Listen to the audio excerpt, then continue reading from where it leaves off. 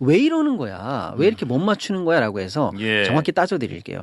당초 예상과 실제 세금이 걷었던 거의 차이를 세수결손의 오차율이라고 하는데요. 네. 제가 표를 준비해 봤는데요. 네. 올해 났던 오차율이 당초보다 마이너스 8.1%입니다. 작년에는요, 마이너스 14.1%예요. 제가 말하는 동안 표 한번 찾아주셔요. 네. 자, 그 다음에 제발 좀 저겁니다. 올려주세요. 예.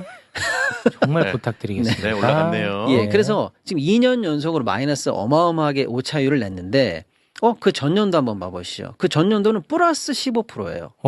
그 전년도는 2022년. 예, 플러스 21%입니다. 와. 그래서 지금 계속 4, 5년 연속으로 오차율이 어마어마한 상황인데, 그러네. 어떤 분들은 올해는 예상보다 세금이 덜 들어오는 걸로 오차를 냈으니까 쓸 돈을 못 거둔 거 아니냐라고 해서 비판을 많이 하시는데, 그럼 많이 거둔 해는 괜찮은 거 아니야라고 또 착각을 하시는데요. 이것도 이 문제입니다. 문제 있어. 이때도 사실은 세금이 안 거칠 거라고 생각해서 코로나 대응 예산이라든지 이런 거를 편성해서 깎았잖아. 그렇죠. 아. 전 국민 재난지원금이라든지 그거 안 자영업자 줬잖아. 재난금을 하려고 했는데 그 일부러 그랬나 봐. 맞습니다. 그래서 뻔하게. 그때는 나라 돈이 없다고 거짓 보고를 해서 실제로 전 국민 재난지원금을 못 했어요. 예, 근데 그렇나요? 결산해보고 나니까 돈이 남아 돌았습니다. 예. 맞아. 그래서 정부 바뀌고 결국 윤석열에게 그 돈을 맡겼죠. 맡겼죠. 했잖아. 그래서 윤석열은 또 그걸 다 쓰진 못하고 아. 자영업자들한테 일부 지급하는 식으로 해서 예. 생각난다. 계획적으로 나라 살림을 규모 있게 하지 못하게 하는 겁니다. 둘 다 어마어마한 오차율이 됐어요.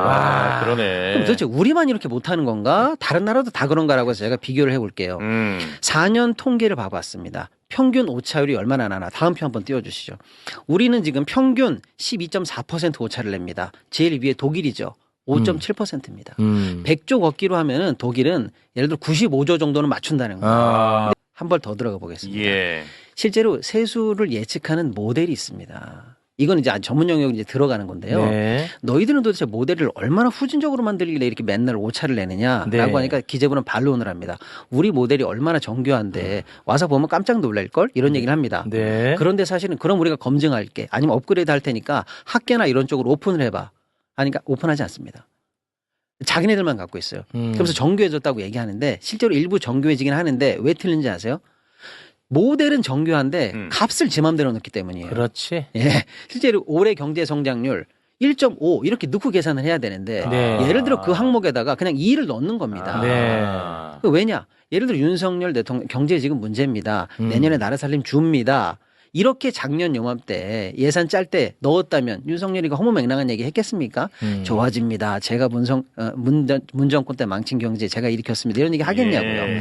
그러니까 예산 짤 때는 대통령 입맛에 맞는 좀 심한 말로 하면 거의 허위보고에 가까운 네. 그런 값을 넣어서 그렇지. 그 정교한 모델이 있다 손 치더라도 정성적 값을 엉망으로 넣어서 이런 식의 오차율을 스스로 제가 볼 때는 예. 감내하면서 일을 만들어내고 있다 이렇게 보는 겁니다. 그렇습니다.